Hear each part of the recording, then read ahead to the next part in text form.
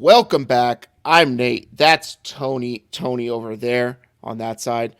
We're recapping week 6 in the NFL. We're going to be going over the top 3 things that we learned over the week and what we're going to do with it going forward for fantasy or betting or whatever we may do. We're going to talk about handcuffing running backs, and we're going to select a few running backs for us to handcuff throughout the year. As you see, everybody's going down. I'm a firm believer in handcuffing. I don't know about you, Tony, if you're as heavy into it as I am. I've been like that for years, and everybody gives me crap for it. We're going to draft our top 5 stadium sounds because I was in an arena last week, and then I was watching some college football, and then I'm watching NFL, and I'm like, the sounds inside the stadiums are awesome. We're going to draft those. We're going to leave you with a rant and rave and a banger for the week. But first, as always, Tony, what's top of mind coming out of week 6 into week 7 or today in general? Handcuffs like running backs in the bedroom. I missed the first part. What were you talking about? Fuzzies.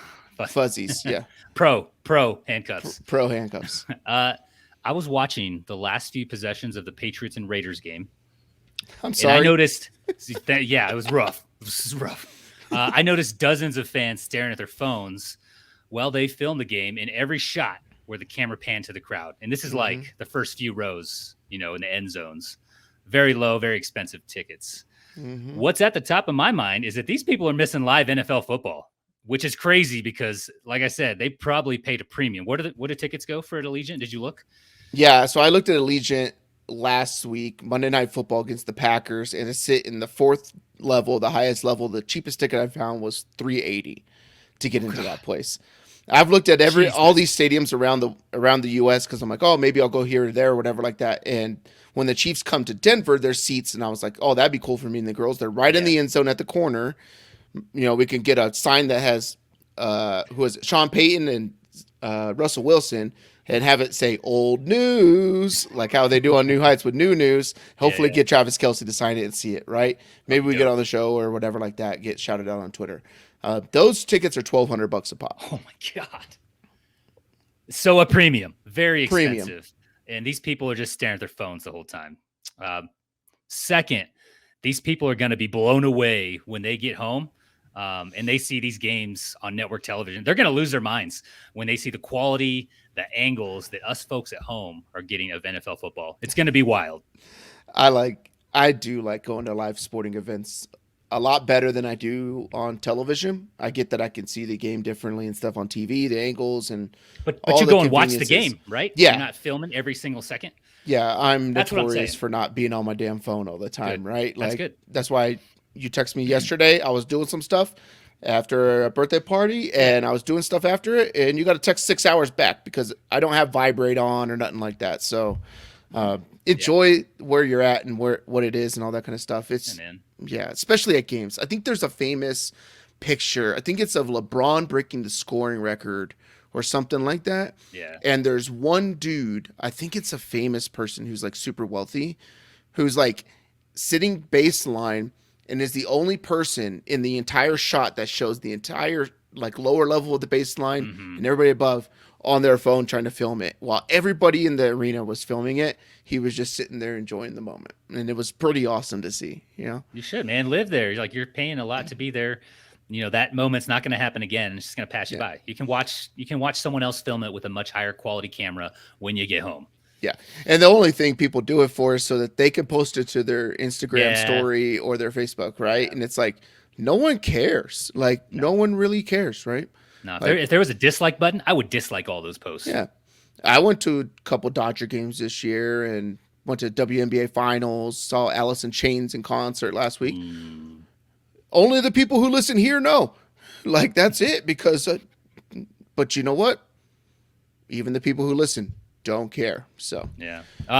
Hold on one second. I'd like to dogpile. Can I dogpile on that, Nate? I think it's called piggybacking. I'm also tired of seeing players tossing up the peace sign in NFL games. What is this? Some kind of hippie convention? This is the NFL. Act like a professional. That's not in the rants part. Jesus. They're only doing it because Tyreek Hill does it. Tyreek Hill made it famous. My top of mind, Tony, is NFL refereeing and coaching in general. One, it's probably not what you think when I'm talking refereeing. Holding calls, pass interference, fumbles that aren't fumbles apparently, when they're not forward passes or whatever it may be, right? All these bad calls that happen over the weekend. My thing is on people who spot the damn ball, and here's why. I love me the Miami Dolphins. I've loved the Miami Dolphins for a while. I like the running backs for the Miami Dolphins, and Achan's out. Ahmed was the original backup to Raheem Mostert, the number 2 in that system, with Jeff Wilson as the 3 and Achan as the 4. Jeff Wilson's hurt. Achan moves to the 3 because he's hurt also. He gets a little bit of run, and then all of a sudden he booms. Ahmed's hurt. He booms. He's the number 2 in the offense, right? Achan goes down. He's on the IR. Who slides into that role? Ahmed. Granted, they go down 14-0, and the whole game script changes, and for some reason they can score 42 points in the last 3 quarters of a game. Outrageous, right? But one, the coaching. You give every back in this backfield all these whoop-de-doop-de motions and all this kind of stuff and all this crazy stuff that happens pre-snap, and you're running the ball out of it, and your running backs have big, wide gaps to run through. Or they're running these outside sweeps that are getting super leverages based off the motions and all this kind of stuff, right? Defensive players are running into each other left and right. Ahmed gets in the game, and there's no motion pre-snap or nothing like that. It's just, hey, we're going to hand the ball off the gut, or we're going to go right off the left tackle. We're not going outside, the numbers or anything like that with this dude. He did it 2 times outside the numbers, like outside towards the wide receiver in like a sweep type motion to the left for 7 yards, and to the right, the last one you guys saw, which was a 9-yard touchdown. But my gripe is with these fucking referees, because and they messed it up on the box score stuff too, which really pissed me off, because they gave him on his first 3 rushes. His first rush was a run to the right, 13-13 left in the second quarter for 3 yards. Then he had a 1st and goal at the Carolina 3.5. You could see where the ball spotted. Like I all 22'd the fuck out of this thing, because I was like, there's no way this is happening, right? And I even did it at work today. Don't tell my boss. They don't listen. I hope they don't listen. If they do, hey man, subscribe to the channel and hit the like button. Hit the like button. Share it with somebody. Share it with your dad. Anybody who's still watching right now, we're 7 minutes in or whatever like that. If you're watching, share the show with your dad. Dads are into YouTube now, and they're like, I love podcasts on YouTube. Share it with them. They'll sit here for the entire hour and listen to us ramble, and then maybe they'll like it, or they'll share it with one of their other guys that they meet at the coffee shop in the morning getting a donut. They're probably eating the plain glazed, not even that, like an old fashioned, not even glazed, a plain cake. Old fashioned, yeah. But they have the ball with 11:59 in the second quarter left, 1st and goal at the Carolina 3.5. He runs it up the gut a little bit to the left side of the center, and you see where he hits a player that stops his momentum, and it's at the 2-yard line. So this is 1.5 yards, which in the NFL will count as 1 yard gained. He's definitely past the 2.5 yard line. You could tell it clear as day. The ball gets spotted at the 3. So it counts as no gain in the box score. And then he goes for 2 later on in the game. Then he has that run to the left in the third quarter for 7 yards. And this guy only had 6 carries the entire game. And then 1:27 left in the third quarter. He runs up the middle for 2 yards because they're not giving him anything like fancy dancy to deal with or anything like that. And then finally he gets that third and goal at the Carolina 9 with 2:31 left in the fourth quarter, 9-yard scamper for a touchdown. The line was set at 23.5 yards. Tony, can you guess the number it finished at? 23. 23. God damn it. It's terrible. I clipped this thing today. I spent the last couple hours here going through the all 22, recording it on my computer, clipping it. I sent a damn email to the NFL on how terrible this is. And the only reason is because I parlayed that with, he had 23.5. I parlayed that with him scoring a touchdown, Mostert scoring a touchdown, and Mostert over 77.5 yards, because the Carolina Panthers bleed yards to running backs. Yep. It's 90 yards and above every single game. Figure the Dolphins are going to be up, then they're going to run it, and then there's just going to be wide open gaps, and Ahmed only needs 1 run to get 23.5 yards. But no, coaching stinks. They scored 42 points and their coaching stinks, Tony. And then the ref spotting the damn ball stinks, and it cost me a damn rent check because I parlayed all 4 of those. It was at plus 1,100, and then I had it all different ways, like round robin style, or whatever like that. I still made out grand, right?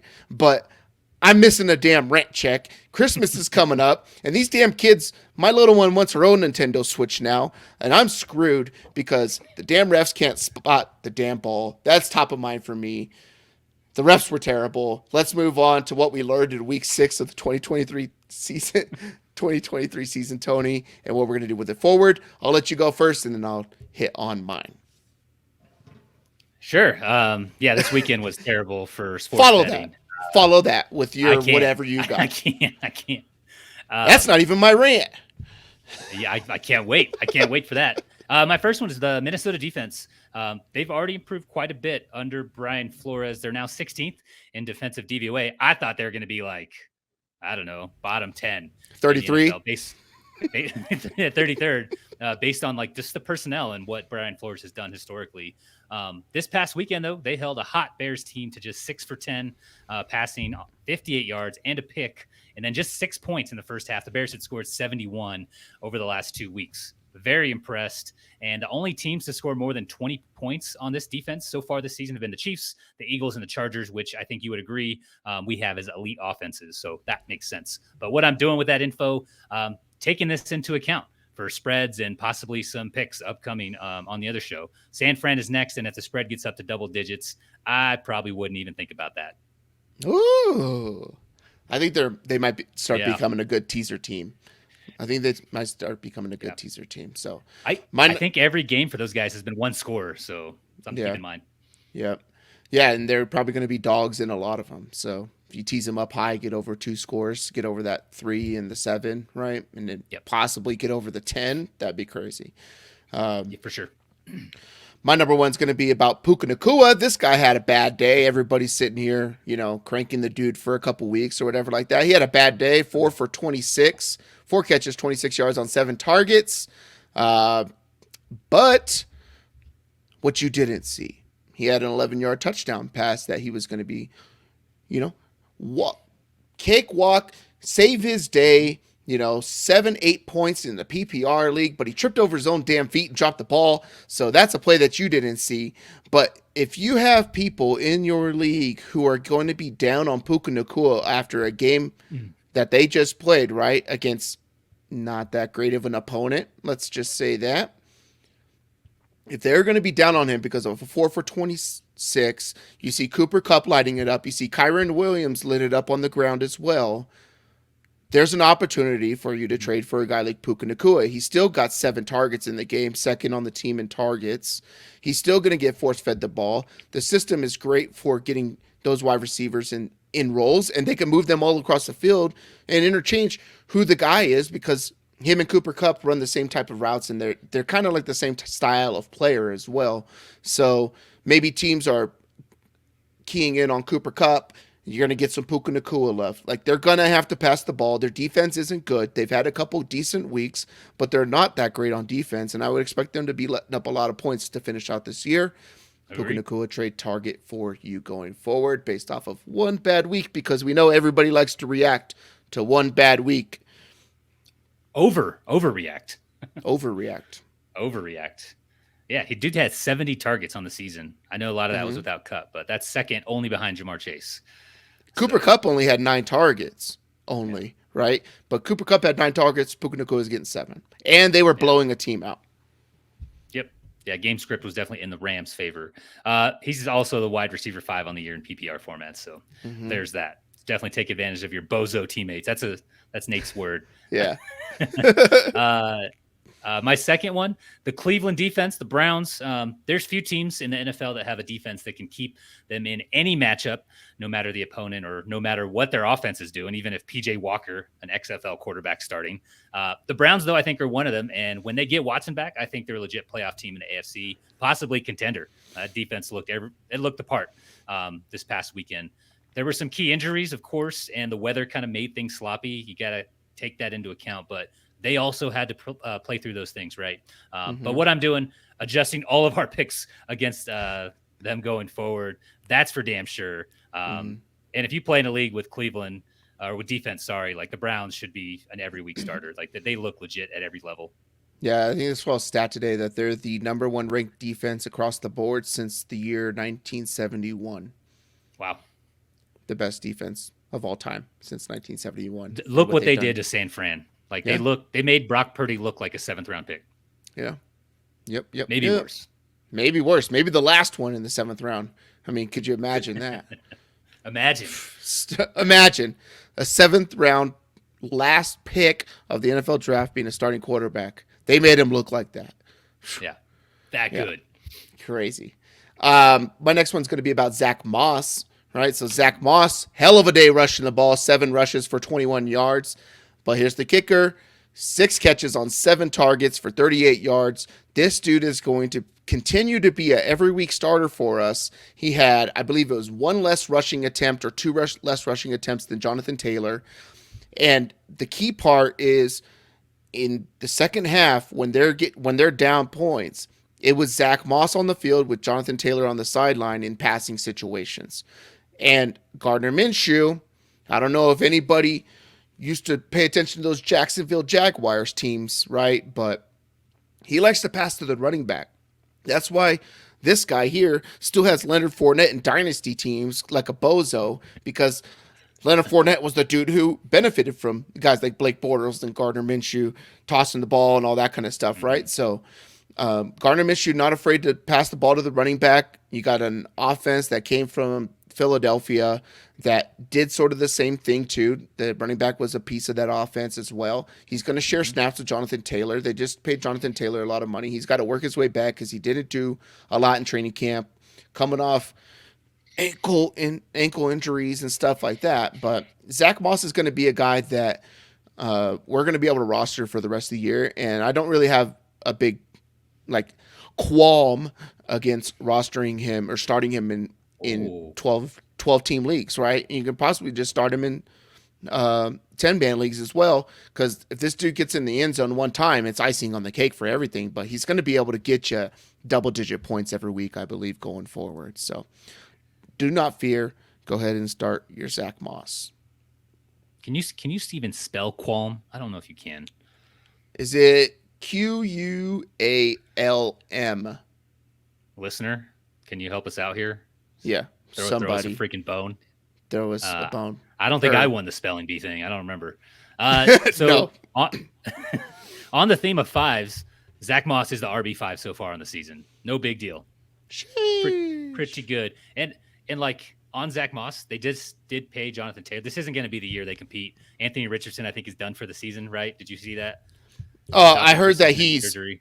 I heard that he is taking himself out for the season or something like that, because he got Yeah. like three or four opinions, and one of them said surgery could be an option. Yeah. I think their window is like the next 2 or 3 years if they're going to like actually spend some resources. But so they might preserve Jonathan Taylor after paying him all that money. So Zach Moss might get plenty of run this year. I would hold on to him. My final one, Cincinnati. They seem back to mostly normal. Unlike some people, this person over here, Mm-hmm. I regard Seattle as a good football team.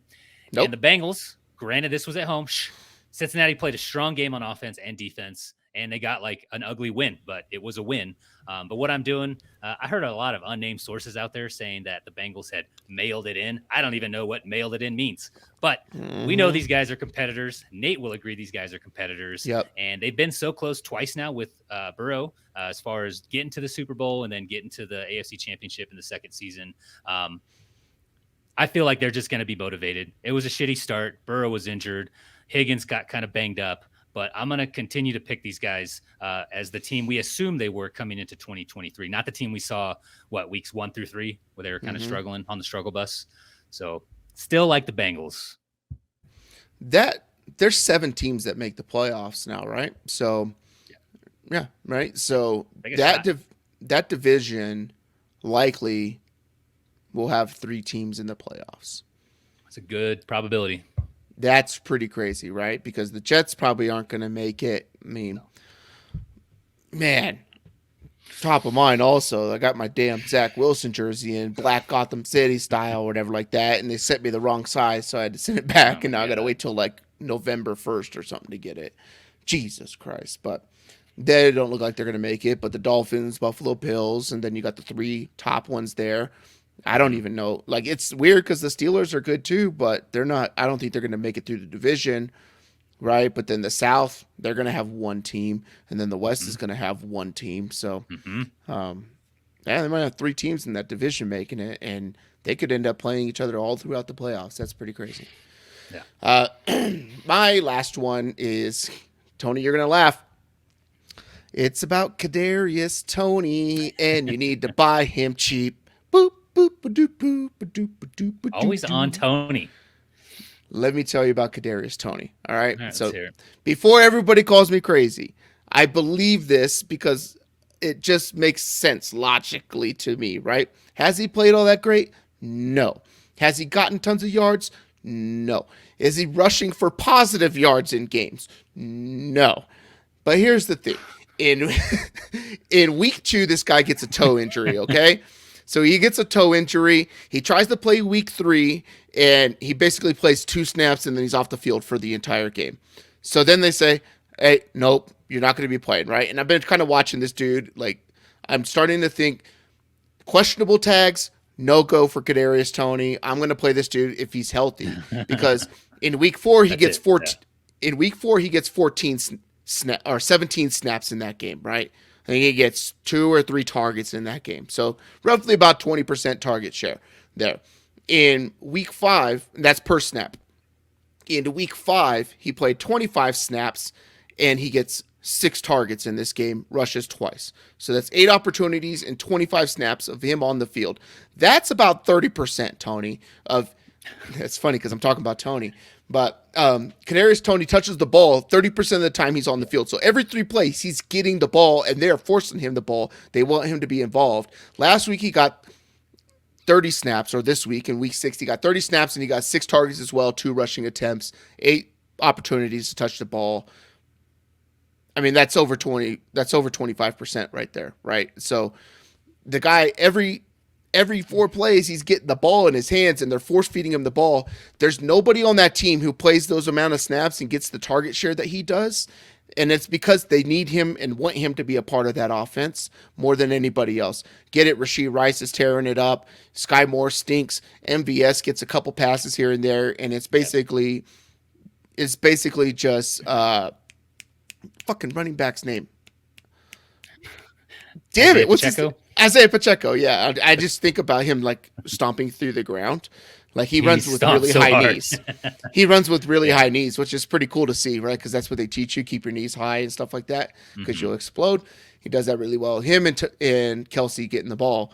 But this guy's going to get the ball, every 4 plays. His snap percentage is only going up and up and up as they kind of bring him back. But this is a dude who could end up winning you leagues or get you those wins near the end of your season if he continues to be healthy. He might get hurt again, right? But what are you getting for this? What are you paying for this guy, right? Are you going to go pay, I don't know, let's say someone's backup running back or something like that. They got a Najee Harris and you want to give him Jaylen Warren, or that you got Dalvin Cook on your team and someone's got Breece Hall, right? Or something, somewhere like that. Think about a backup running back or another quarterback or something like that. Someone likes backup quarterbacks.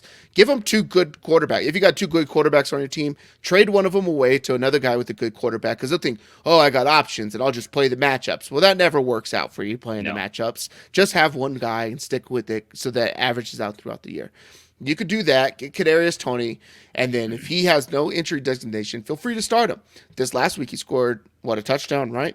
And he ends up with, I think he scored a touchdown. Yeah, and ends up with 9-something points. He only caught a couple passes, 20-something yards or something like that, had -2 yards rushing, but the guy's going to get carries down at the red zone. They want him to fill in for that Tyreek role that they've been missing pretty drastically. Kadarius Toney's that dude. If you have Rashee Rice on your squad too, definitely I would grab Kadarius Toney as just a handcuff, and then as it kind of sways, then you know who you could play. It's going to be 1 or 2 of those guys.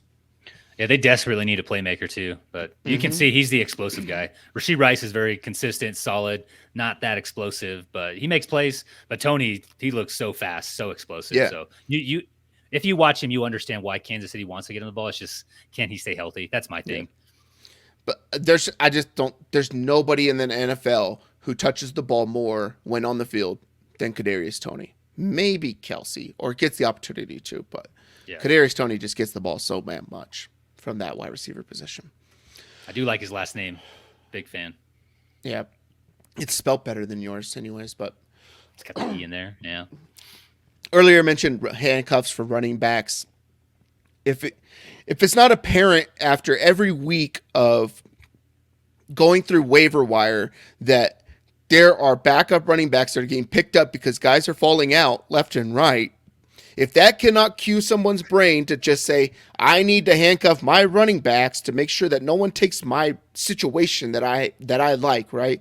I believe, and I don't know if you do, Tony, as much as I do, or even if you do at all, but I believe in systems, and they breed opportunity for running backs a lot more than other things, right? So if you like what role that your player's in and what they're getting, who's going to take that role when they leave? And do you want to be stuck with, say, I don't know, Tony Pollard getting injured, and then now you have to go spend fab dollars, or now you got some cheap waiver wire priority thing and you're not going to get them, and one of your other league mates is going to do it, and they're going to take all that percentage share from you and all those points while you're scrambling to find somebody else, right? Handcuff the running backs. It's definitely detrimental. And if you haven't seen it now, just look at Jordan Mason. Like we talked, episodes and episodes about how we got kids in our league, right? And one of them's my daughter. So she's like, hey, Juju's on the out. I'm going to put him in my R slot, right? And I was like, well, why don't you go through and make sure you fill it with somebody? And she's like, oh, yeah, I'm going to pick up Jordan Mason because he's running behind Christian McCaffrey. And she didn't do it. So Jordan Mason is on waiver wire this week going up against the Minnesota Vikings, and she doesn't have him on her team. Like, what are you doing, dog?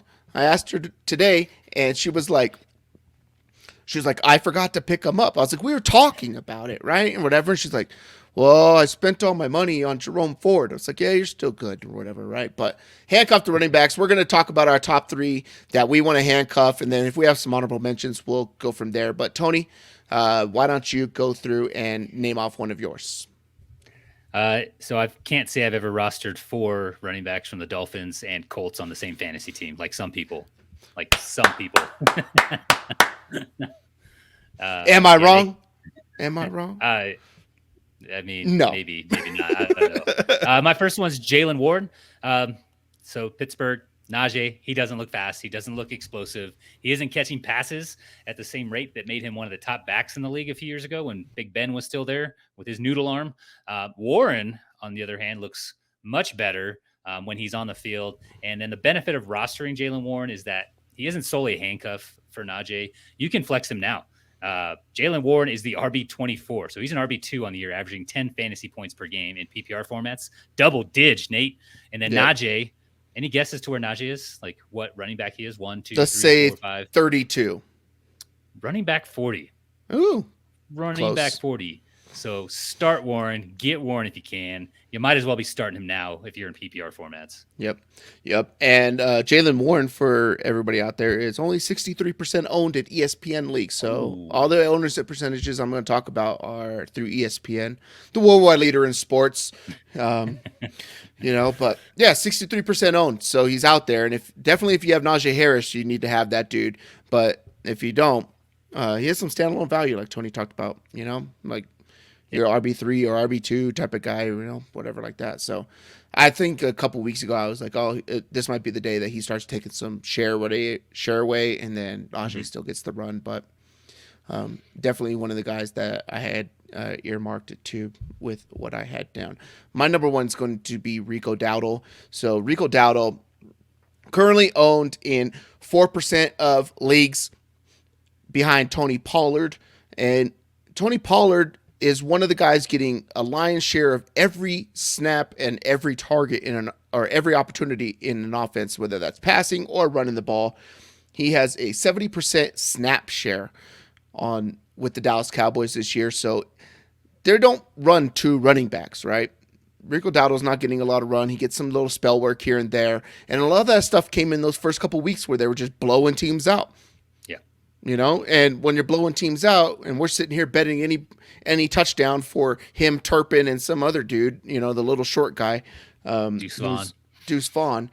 Yeah, that guy's about the size of the deuce. I had the fucking runs earlier, Tony. It was bad. I was like, oh, taking me a deuce, taking me a Vaughn, a little Vaughn-ski. But Tony Pollard, 70% snap share, and you got Rico Dowdle sitting there at 4% owned, just sitting on waiver wires. If you have Tony Pollard, you need to have Rico Dowdle because he's going to get all of that run in that offense. Those other running backs stand no chance to get carries or catches. Rico Dowdle, 4% owned. That's my number one. I do approve of that one. In the TacoCorp League of Record, I am rostering Tony Pollard and his backup, Rico Dowdle. So I definitely approve of that one. Congratulations. Yeah, thank you. My second one is Tajae Spears. If you've watched any Titans or any Mike Vrabel, Mike wants to run early. He wants to run often. He'll run when they should be passing the damn ball. The Titans are bottom 5 in passing rate over expected, as expected, because we know them. But if Henry goes down, Spears is going to be an RB2, maybe RB1. He catches passes. But in the meantime, he does have some standalone fantasy value. You can flex him if you're in a tight spot, get through these bye weeks. We have a ton of injuries. But Tajae Spears has averaged about 8.4 points per game in PPR formats, and he's the overall RB30. So he's an RB3. You can flex him. No issue. No issue there. 39% owned in ESPN leagues. Nate Tajae did his Spears. research. I love it. Yeah, I have dudes I have all these dudes ranked or whatever like that. I have a lot named here. So, yeah, definitely for sure. You know what they want to do there too. So there's nobody behind him either. And that's the thing. They're kind of splitting those carries right now. But if Derrick Henry goes down with one of these, Liz Frank injuries like he always does or something like that, or has something go on, when it gets cold, they run the ball in Tennessee. They got the cool matte helmets. I think those are some of the sickest helmets in football because they're not glossy and stuff like that. They look kind of cool and mean, and their stadium looks kind of dungy, grungy or whatever like that. But he's going to get 75% of the snaps and all of the running. So, yeah. My number 2 is going to be Tank Bigsby. So Tank Bigsby backing up Travis Etienne. Travis Etienne among the leaders in snap share percentages on his team for the running back position, sitting at a hefty 78.5% of all snaps for the running back. Tank Bigsby, 10% owned in fantasy football. He's just free. I don't know what to tell you. Does Travis Etienne get hurt? It happens, right? And this is a team that's going to be competitive. They're going to be winning games. They're going to be ahead. They're going to run the ball. And he's shown that he's pretty damn good running the ball too, right? He's got some pop at the goal line as well. He can catch the ball for being a bigger guy too. And 10% on is erroneous for a guy who's one of the better running backs in the entire NFL right now based off the team and the position that he's in. So, and that Jacksonville defense is ramping it up a little bit better, and they're getting to a groove. So they're going to be winning ball games. They're going to be ahead. Their division stinks. Go get you some Tank Bigsby to back up your Travis Etienne. And if you just have open spots where you're just rostering bullshit, like, I don't know, like Darius Slayton or something, and like, I don't know, Odell Beckham. Second defense, get it out of here. Oh, yeah. A second quarterback, like you have Daniel Jones and someone else, whatever. Daniel Jones and let's say, who's a middle of the Kirk Cousins, Geno Russ. Just ride with those guys and get rid of Daniel Jones. Yeah. Go pick up these guys who are going to have value as soon as these guys go. And then the thing is that you screw everybody else because they're already on your roster. Yeah. And then they're like, dang it, why didn't I think of that, or whatever like that. And then you get points while they decline. And that's how you win championships in fantasy football. Tank Bigsby, add him to your team. That's what you want most. Dang it, why didn't I think of that? That's what you're going for. We all say it, sitting right on the shitter. You just slap your leg. Yeah. God dang it. My final one here is Tyler Allgeier. Bijan, he's the main guy in Atlanta, but Arthur Smith and that staff, they've stated they aren't going to run him into the ground. That's proven to be true, as Allgeier has 62 rushes and almost 200 yards in the season. He's averaging 8.5 points per game, and he is the RB29 currently. So, again, that's someone I wouldn't mind flexing, especially now that we're in bye week season, especially as all these running backs and wide receivers are going down with injuries. So, yeah, like me some Tyler Allgeier. He's good. Was he run for almost 1,000 years as a rookie last year? He ran for over 1,000 Solid. last Yeah, year, which is wild. He's solid. Yeah. Yeah. And Tyler Allgeier, 60% owned in all fantasy leagues, while Bijan gets 71% of the snap share in that offense right now, too. So definitely like that. He's 60% owned, and I really think it's mostly because of week 1. He scored like 24 points, and then he's been around 6-7 the rest of the time. But he scored a bunch of those points, so people are like, well, hold on to him. Yeah. They just forget that he's on their roster. Yeah. I really think that happens. They're like, oh, I played him, and then I played him week 2. He didn't do anything, so I bench him. Yeah. And then they don't even think about the guy, right? So you could probably snatch him up if you're a Bijan owner. Go snatch him up for something cheap, One of these bogus tight ends that people love, Who's that tight end? Jonnu Smith or something like that, right? Like, yeah. Go do that. So good ways to move around your roster. I have a bunch here, but I think the one I want to go with and I want to highlight is going to be, dang it, there's good ones here, Tony. I'm going to go with Kendre Miller. Kendre Miller's only 8% owned in leagues, and Alvin Kamara, since he's been back, has been getting 73% of the snaps. Alvin Kamara's catching damn near 10 balls a game. It's a focal point of their offense. He might not be getting all the rushing yards, right, or anything like that, but the dude's on the field, and he's just catching balls left and right. Kendre Miller started off the season hurt. He missed the first couple games, and they kind of eased him back. He's been getting 20% of the snap since in that backup role since Alvin Kamara came back, right? So he's the next guy up. You got Tony Jones Jr. He stinks. And then you have, it's probably because of his first name. And then you have Jamal Williams is on an IR with a hamstring. He's getting older, and longer in the old tooth, as they say. But he's not going to be a factor here either. Kendre Miller, they brought him in because he matched the same skill set as Alvin Kamara coming out of TCU. He's quick, he's fast, he hits holes, he can see angles and cut back lanes really well. Puts his foot in the ground one time, he's back the opposite way going for 60 yards. I think that we'll end up seeing some packages later on in the year. It's hard because they have so many weapons there, right? With Michael Thomas, who's playing well. You got Chris Olave, who's playing well. Their tight ends are good at blocking and stuff like that, too, so they get on the field. Rashid Shaheed, he's blazing fast as well, too. Explosive. But I think we can start seeing some sets later on in the year, especially when they need to start, putting up some points and get ahead of some of these teams early, where you got those 3 wide receivers out on the field and then the 2 running backs coming out of the backfield. I think that'd be pretty nasty coming out of that offense. So he may have some standalone value later on as he comes back and gets into the groove of being a part of that offense with Derek Carr and the rest of the guys. And he should be cemented as the number 2. You mentioned Jamal Williams and the hamstring. I'm getting a note here from the producers. I'm being told hamstrings are also very important for running backs. I heard that they weren't important a week ago. I'm not sure. Maybe it was my Wi-Fi was bad or something like that. But yeah. But I think that's a solid one too. And I tried to highlight ones where guys are getting like tons of target or snap share, and then they're super low owned. Like it's outstanding. It's crazy because they're just free. So it's not like it's not like maybe there's a bunch of leagues that are dead out there, right? Like, there's leagues where you got like Jerome Ford, like I think he's like 87% owned in ESPN leagues, and it's like that makes no sense, right? Nuts. But maybe there's 4-man leagues, 6-man leagues, 8-man leagues, 10-man leagues. Like he should be owned in all of them, but people are doing whatever they do, or people start playing and they don't play anymore. Forget to set their rosters and stuff like people in our fucking league. So, Brandon, hey, you got some honorable mentions there. You got a much I got a whole list than I do.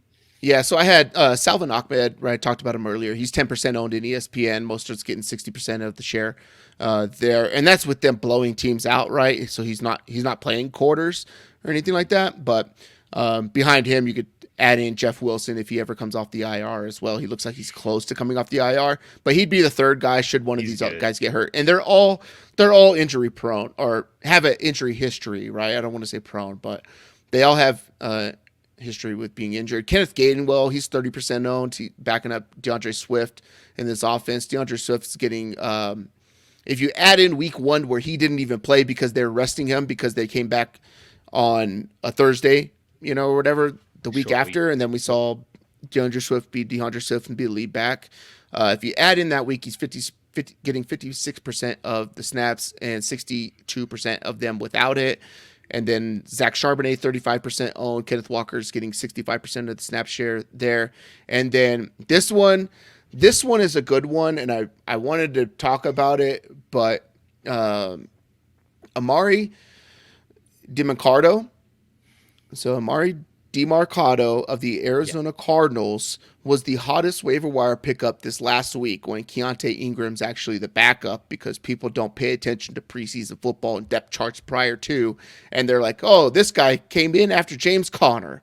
Well, it's because Keontae Ingram was injured and he wasn't playing football at the time. James Conner got hurt. At the time that he was getting hurt, he had 75 or 70% of the snap share.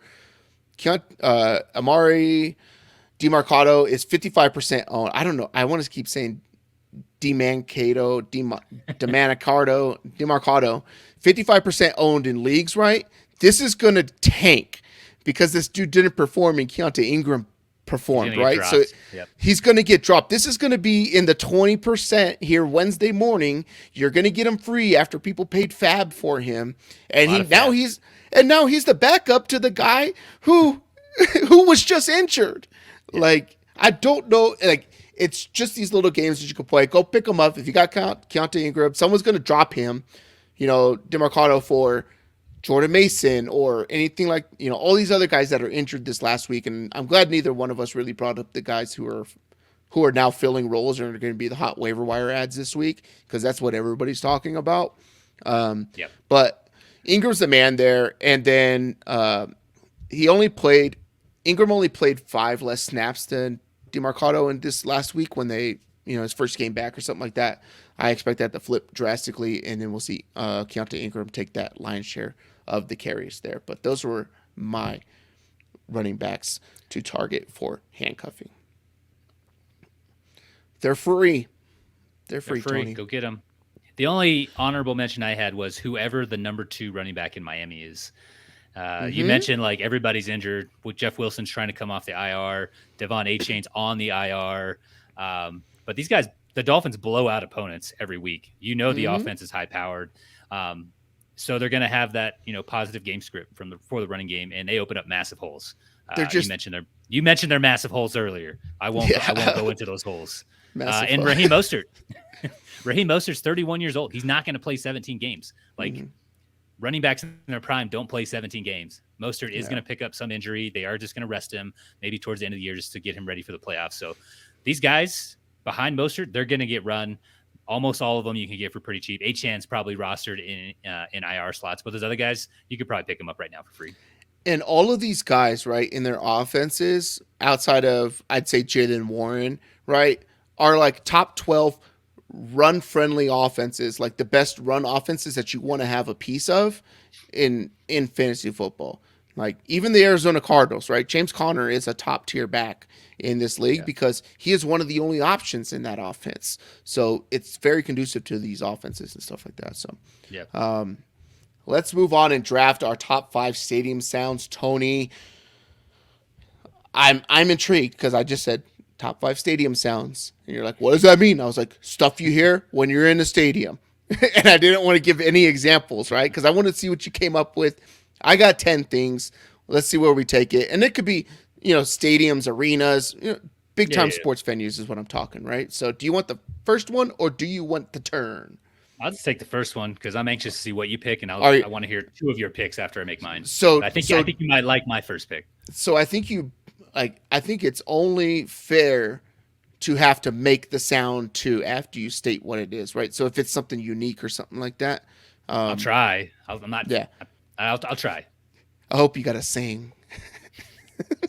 I'm gonna speak it. I'm not gonna sing anything. Oh my God, you're the worst. First pick. We ready? We ready to start this? Always ready. Always ready. First one.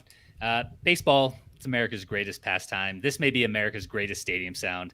It's the 7th inning stretch. Everybody stands up. Everybody sings it. Take me out to the ball game. Take me.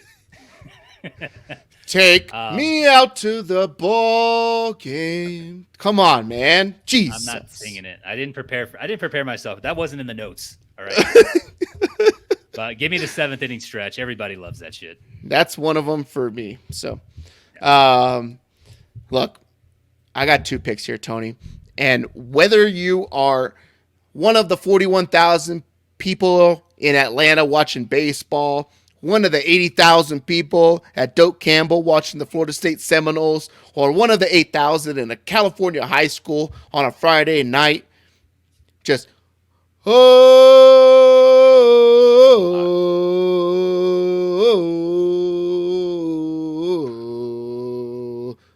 dun dun dun dun dun dun dun dun dun dun dun dun dun dun dun dun dun. Don't join me. Don't join me. It's the Florida State Seminole War Chant. It's the greatest sound. No matter where you're at, and you're in Kansas City and it's super loud, they're breaking decibel records or anything like that. If you can go be a part of that, or just when you hear it, it's one of the most awesome things. You just want to turn your TV up loud and you see everybody tomahawk chopping, right? Just tomahawk chopping. They said they were supposed to ban it, and the people said, we're not banning it because we love our Indian casinos. And if we don't do this, we're taking them out of the sport of football. Give me the Florida State War Chant, the Seminole War Chant. It's the greatest. It's the greatest sound in all of sports. That like with the crowd doing that, and then the band playing with it. Yeah. Oh my God, it's good. Yeah. Nate put it in the TacoCorp when we used to like get ready for like playoff matchups and stuff for our league of record. It was legit. It was like to get it hyped up for the matchup preview. It was legit. Yeah, if you go back, whenever you're doing your picks, I'll try to look up what episode it is. Okay. But it's like labeled Championship Week or whatever like that. Good. I think it's only in the audio form, so you'd have to go to like we used to just do, for people who are new here, right? We used to just do like stuff around our league, and that's what it started as. So we were just reporting on the league and making it fun or whatever. And I tried to do like a whole announcer like pump up thing for Championship Week and stuff, and it was all based around college football. So, yep, the Seminole War Chant is my number one. My number two, Tony. I'm going to go with the Hey song. Do you know the Hey song, Tony? I do not. I mean, I might. Yeah. You got to sing it for me. I don't know. Yeah. I think I know that one. Hey! Oh, come on. You know this song. Is that a college atmosphere type No, thing, it's just done in all kinds of places, like a lot of basketball arenas. It's a big thing or whatever like that. Look up the Hey song. It's a good one. If you're watching on YouTube, comment below on how Tony doesn't know the Hey song. And then if you know how to type out how to sing it better, then that's it. But I haven't been to a lot of live basketball events. All you do is say Hey the entire time, but it's actually pretty good. So that's my number two. I'll write it down here and do some research. I probably shouldn't have picked that one now that I'm looking at my list, but whatever. I wanted to do it. Yeah, that one's probably free later. Yeah. I'm gonna say this is very vague, but the MLB Oregon, not all stadiums have it in their stadium still. It's kind of like a thing from like a couple generations before us, but the Dodgers at Dodger Stadium, we still have it, and it's awesome. Baseball is definitely one of those like classic games, a game from, like I said, a much older era. And when you have the organ, I feel like you really get to experience that when you're at a game. Nice. I do like the organ. It's not even one specific like tune. It's just usually it depends on the organ player, but they'll play like a little riff from like any song or whatever, just in between batters or whatever. It's awesome. Yeah, it's good. Especially in baseball stadiums, like the Dodgers are great with the organ, right? It's like the same old lady who's been doing the organ since Dodger Stadium came in the 40s. So like, it's pretty good. But my second pick here, third overall, it's going to be walkout music. I mostly hear this in baseball, but it's awesome getting individuals like their theme music. So like for batters at home games when they come to the plate, right? Wrestling is awesome for this too. So if you want me to be more specific, my favorite walkout song to this day is Hollywood Hulk Hogan's Jimi Hendrix Voodoo Child when he was in like the NWO, like in the latter parts of his wrestling career. Just get chills. I get chills. I want to start saying brother. I want to grow out my mustache and dye it blonde. All of the above. Nice. Oregon. I was looking up that episode. Oregon and walkout music.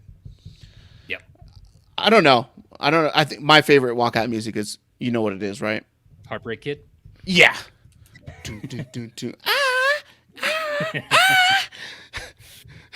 I know I'm cute. I think I'm sexy. It's pretty good. I got the look that drives the girls wild. I don't think Yeah. I can do. I don't think I can do Voodoo Child. It's just like all guitar opening up. Yeah, yeah, it's very distinct. Yeah, it is kind of cool when you hear "If You Smell." Dude, they're so good. They're so good. Let us know what your favorite walkout music is if you watch wrestling or anything like that. Enter Sandman with Mariano Rivera is pretty good too. So Broken Glass for Stone Cold. Yeah. Oh, dude, it's so you just know everybody gets up and Fucking flipping off the crowd on the ropes. Yeah. Pouring 2 beers down. Yeah. Damn. I just paid $15 per tall can, and I'm just something like smashed them together Golden for era. the audio listener.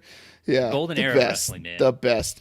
TacoCorp episode 33. If you look up TCFFL 33/championship week, you can find that in all your podcast platforms for that one with the music and stuff like that. So, man, that was good. All right, my next one I think is going to end up being, Cranecraft 400's Zombie Nation. I don't know if you know this song, but it's the one where if you look at Penn State whiteout games, right, and they're all wearing white and they got the white pom-poms. We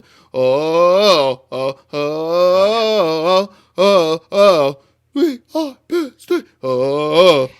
Like, oh, dude. Like, there's like 100,000 people in that place just going nuts as the team's walking out, right? Could you imagine?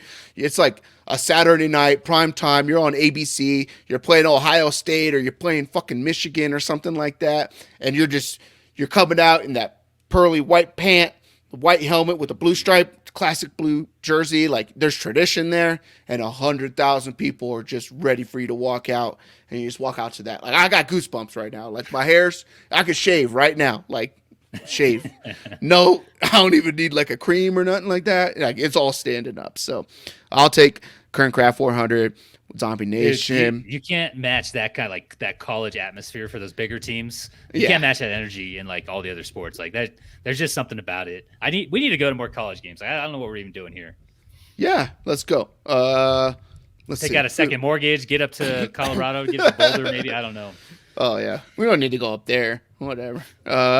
Go to like, I do. That's like a big bucket list item for me is to go to all the big college football game atmospheres. The Falcons are ranked. I think they're like number 22. Air Force. They're gonna go undefeated this year too, dude. Like they're good. They're gonna be undefeated. So, whoo. I don't know. I'm actually going to see them in at Mile High. They're playing the Army up there. They are? When's that? They are. I don't know. November. I think it's like early November. Cold. Some dude bought tickets. Yeah, it'll be cold for sure. That's cool. That'd be cool. Let's see. My fourth one here. Damn, I got a lot of bangers here, Tony. You're messing it up. What? Because you're not picking anything good. I'm gonna go with the heckler, right? The heckler who's at baseball games. And there's one dude, and I hate the fact that he's a Giants fan, right? But he's on TikTok. He's on all the socials in short form, right? If you look up like the Giants heckler or whatever, he's so damn good at heckling. So he'll be like, whatever. Hey, Mookie, you don't wash your hands after you pee, you bum, right? And it's just like clean stuff or whatever, or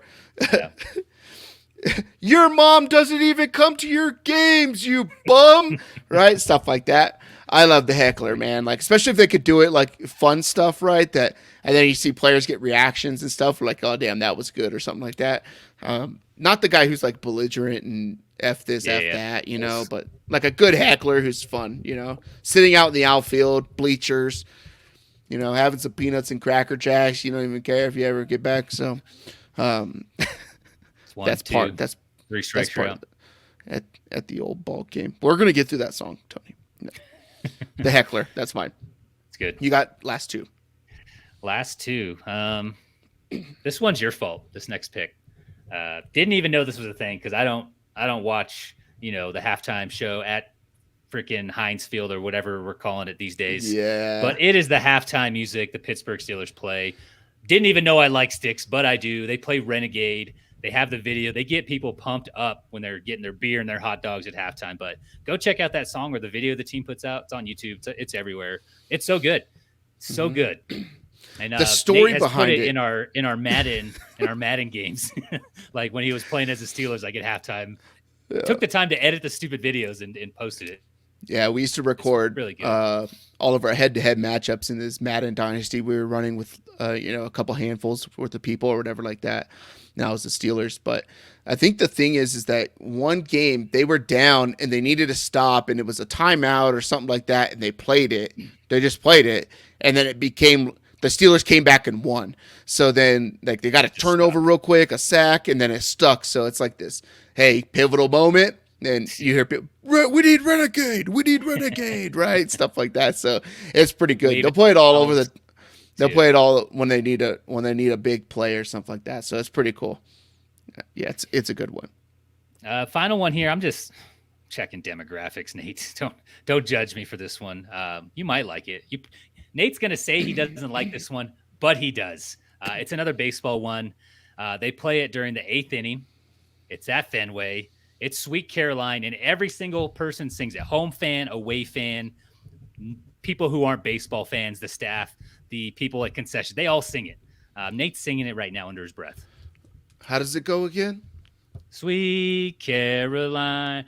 Ba, ba, ba, ba. I fucking hated that song for so long because I went to Notre Dame Pitt in Pittsburgh, and they played it in the between the third and the fourth quarter, and this was like a good year for Notre Dame. I'd watched them play Navy that year in M&T Bank where the Baltimore Ravens play. Yeah. Took a buddy and my ex-wife. We all went out. Hey, we're going to Pittsburgh. We're going to tailgate at the Rivers, all this kind of stuff, right? When we get in there, Notre Dame's got Jimmy Clausen, Michael Floyd, Theo Riddick's on the team, like dogs. Charlie Weiss is the head coach at this time, but old mustache Wanstedt. And I think they had, what was his name? Baldwin, not Doug Baldwin, but another Baldwin. He was a massive dude. Shady McCoy was on the team. Like, they were nasty to Pitt. And Notre Dame lost to Pittsburgh, and they played Sweet Caroline, and the whole fucking stadium said it. And we got shit thrown at us after the game as we're walking out. Beers poured on us. Fucking hate the whole city of Pittsburgh. Respect them, but I hate the fuck out of them. So I swore it off until I watched Fever Pitch, and that's my favorite movie of all time, and it makes me feel good now. So I think they're singing it like the fans over in London, like at those two games. Yeah, just not for any reason other than to just sing it. It's really it's good. That one and. Country roads, take me home to a place I belong, West Virginia. Yeah. Like, that's good. Sing it with me. Take me home, country roads. That's not going to make sense. There's like a delay. I'm sure that's going to sound terrible. I don't know. Apologize. Whatever. I don't care. Like, sing with us. Rewind it 20 seconds. Hop in to John Denver with us. That guy's full of shit, man. That John Denver's full of shit. It's good. I assume one of us is going to say it. We could literally look out one side of our house and agree that John Denver's full of shit because we're looking towards Kansas and not the Rocky Mountains. My last one is going to be the vendors at baseball games or football games anywhere. It used to be nice when they had programs, right? So when you'd walk right into a ballpark or stadium, you're programs, yeah. Get your program, $5 programs here, or whatever. But or actually, when they used to have the people come up and down the stadium aisles all the time, like that's a lost art. I feel like we go up to Coors, there ain't nobody going up and down. Maybe one time throughout the whole game, maybe beer here, ice cold beer, Core Light, something like that. Peanuts, hot dog, ice cream, snow cones, cotton kitty, like. I want to be one of those dudes when I get older, right? I got to work on it, obviously, but it should be more prevalent now with the pitch clock. Like, I don't got time to go get beer, stand in line for beer, stand in line for hot dogs, stand in line for Dippin' Dots for the kids. Like, someone should be walking up and down the stairs. Help us out here. We literally have to go pay more for tickets to sit in a club level, so there's not a lot of people at the concessions, so that when we have to go in between an inning, we might only miss the first at bat. If you don't know about club level, Coors Field, they got dividers in the bathrooms between the urinals. They got shorter lines for all the bathrms. It's legit. Actual. I don't like the dividers. I like seeing. I'm a big hot dog guy. So. Oh my god. Baseball. You got a lot of benders in baseball. restrooms. What were the picks? On the tell mound. the people the picks. Jesus. You don't like dick jokes, Tony? Damn it. Title for the episode. No one makes it this far. I don't know. But it's that homeboy who follows us on Twitter who shouted us out watching on his TV. Shout out to you. Tony, you got the 7th inning stretch. The Oregon played at baseball games. Walkout music, Styx Renegade at Heinz Field, Sweet Caroline. Ba, ba, ba. And then I got the FSU War Chant, some of the War Chant. I got the Hey song, Zombie Nation, Craft 400. I got the baseball heckler out in the outfield and the vendor going up and down the stadium steps. Do you have any honorable mentions? I just want to point out that we have a lot of baseball. So yeah. I had the NHL goal, like the siren, and yeah. Anaheim plays the Bro Hymn. I'm a huge Pennywise guy, and I think that's the best like goal song. That's like that little clip. For Bro Hymn, if you don't know that song, like check it out. That's another hype one. I had the baseball sound effect, like the broken glass when a foul ball like goes out of like a minor league field, like stadium. Yeah. Fucking hilarious. It's so cheesy, but like I laugh every time. Another one was everybody clap your hands, clap your hand, right? Oh yeah. And then the last one was Bruce Buffer, like at UFC or wrestling events. Yeah. Let's get ready to rumble. It's going to be around. We knew it. Our kids now know it. Our kids are going to know it. There'll be some Buffer around. Steve Buffer. One of them. I know there's like 2 of them, right? There's like Michael and Bruce or something like that. Yeah. Michael does the boxing and then Bruce. Yeah, they've got kids in training right now. Yeah. They'll be around. Yeah. That was like really awkward at MetLife opening night when Aaron Rodgers and they had Michael Buffer doing Let's Get Ready to Rumble. Like nobody gets hyped to that at football games. Like that's boxing ring. You got to have the microphone come down from 150 feet above on a cable and all that kind of stuff. So my honorable mentions were the crack of the baseball bat. So you just know just sit there having a conversation here. You just jump up. Yeah. Right. Then you're trying to find the ball. I have the random guy starting a chant and it turning into the whole stadium following it. Right. It might be the one guy who just starts yelling, "Let's go Dodgers" at Coors Field every now and then. So happens every time we go. It's weird. That's me. That's me in enemy territory. They're not really enemies. They're like pushovers. So you keep beating the Dodgers every time we go. So, and then my last one is going to be the Chicago Bulls intro theme song. Right. So when you look at the 90s Bulls and stuff like that, they put it in Space Jam. It's pretty good. I used it for a promotion ceremony when I was working in California. Awesome. We were in charge of the promotion ceremony. It was March, so we did a whole March Madness thing, and I was introducing people over a microphone. Like, and now, standing 5'3", I'm not going to say her weight. And we like added in all of their high schools and stuff. So like hailing from Mesa Ridge High School, Colorado Springs, Colorado. That's whatever very cool. Like that. It was pretty cool and fun. So we just got a basketball hoop where we worked. So we used that as like the way to introduce the basketball hoop. So let us know in the comments who had the better list or what are your favorite stadium sounds, right? So let us know what your favorite stadium sounds are. What do you like? What did we miss? What are you agreeing with? Maybe add in some tomahawk chops or something like that. That'd be pretty cool. I don't know how you could do that in emoji, but it'd be pretty cool to see. So let us know and tweet at us at TacoCorp Sports on the X. Tweet on the X, post on the X, on the Twitter X, tweet on the Twitter, post on the Twitter. Rants or raves, Tony? You got a rant or a rave before we get out of here? I have a rant. Oh, Lord. Okay. And it's directed at Roger Goddell. Again, he's a listener of the show, so this one's for you, Roger. I'm ranting about your dumbass rules regarding Tyreek Hill's touchdown celebrations. Gave you a preview of that earlier. The dude is literally throwing up a peace sign or doing a backflip after he scores a touchdown holding someone's phone. I know it's a prop, but the peace sign is literally like peace or deuces. I just, I'm running faster than you. Like, what's the problem with the peace sign? Is it a gateway gesture? It's a gateway gesture, isn't it? What's the league? Like, what do you think is going to happen next? Like, is it the peace sign? You're going to start and then next cunnilingus. Next he's going to throw out the blood, right? He's going to start dropping that as he's running into the end zone. He's just running like this. And then what's his head in there? That's his for the YouTube listeners. Yeah. His head's so close that it looks like he's eating at the Y. I don't like it. I wish they would let people do that kind of stuff, but I think it became like they claimed it was a player safety thing because guys were putting stuff in their socks and stuff like that. But I mean, Joe Horn did it pretty dope with a flip phone underneath the goalpost and all that kind of stuff. But yeah, it was cool. Like I would just love to hear like the meeting when the rules or the competition committee, like they gather like all those 70, 80-year-old, probably white dudes, right? Whites. And they talk about these dudes like, what are they talking about? Like, we can't have Tyreek throwing up the peace sign. This is just bad for the kids. We can't have that. Like, you don't understand culture, right? You don't understand what everybody's into on the internet. Like, it's the other team's not being, put up or anything like that, or being like, shown up or nothing like that. You're not in people's face. There's people starting fights before football games who aren't going to get fined. There's 3 or 4. This Trent Williams week. Every week. Trent Williams punches someone in the face.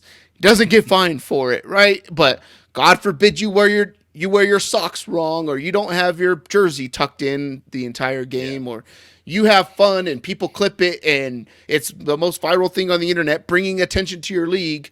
Like, maybe Tyreek's just trying to get people in the stands in Miami, because that place is 60% empty every game, and they're one of the best and fun teams to watch in the NFL. I'm sure no NFL or ESPN affiliates will use that video clip one time over the course of the rest of the season. They shouldn't, because it's illegal. Right. They're going to. 1,000% they probably did today in all the talk shows. Yeah, it was everywhere.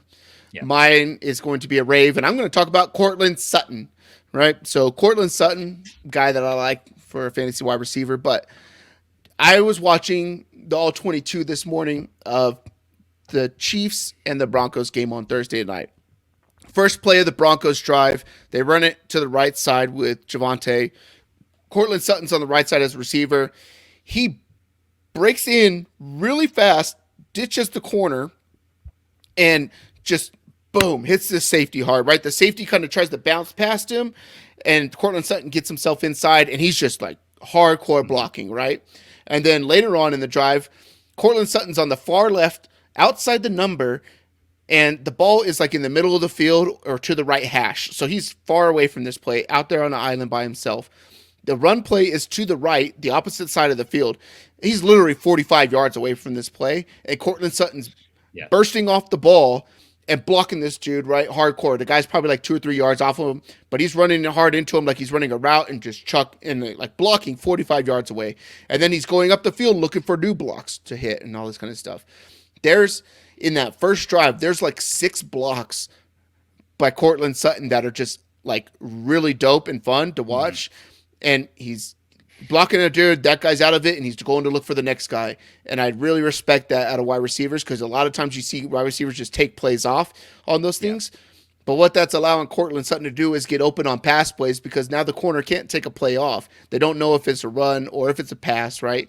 So if they're like, oh, this is a play action, he's just coming to block me, I'm going to get out of the way. Or he gets off a break a little bit easier because they don't know if he's going to block or whatever. It keeps the corners guessing when they normally have kind of an idea if it's a pass or a run based off the effort that's coming off a wide receiver. So shout out to you, Courtland Sutton. Good job blocking, buddy.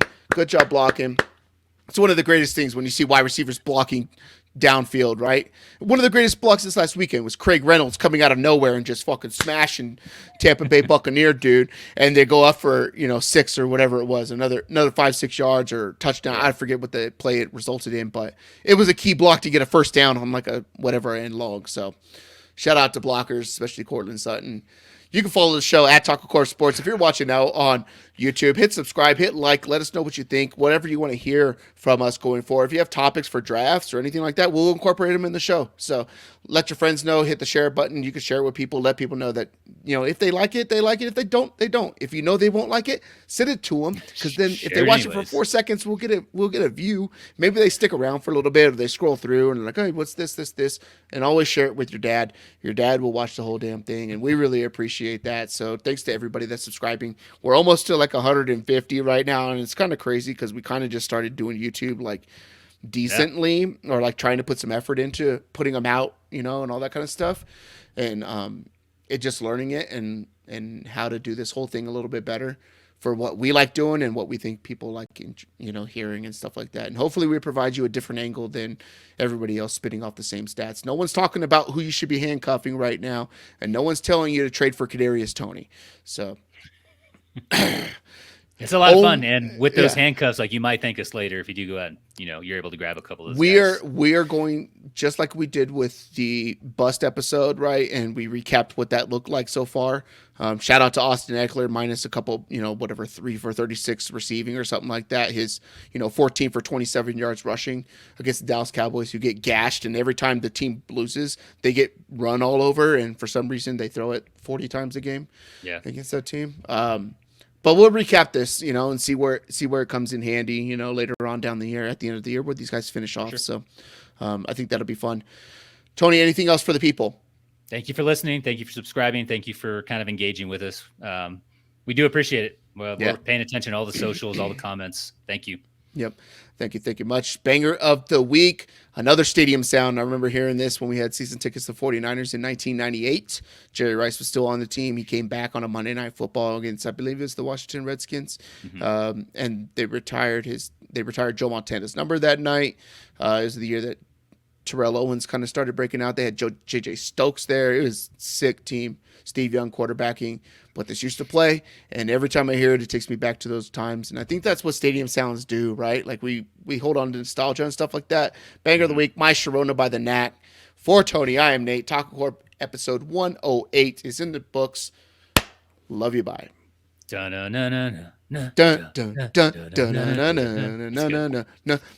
Sharona. Oh, my little pretty one. My pretty one. When you gonna give me some time, Sharona? Like that. That's the thumbnail. My Sharona. Goddamn idiot.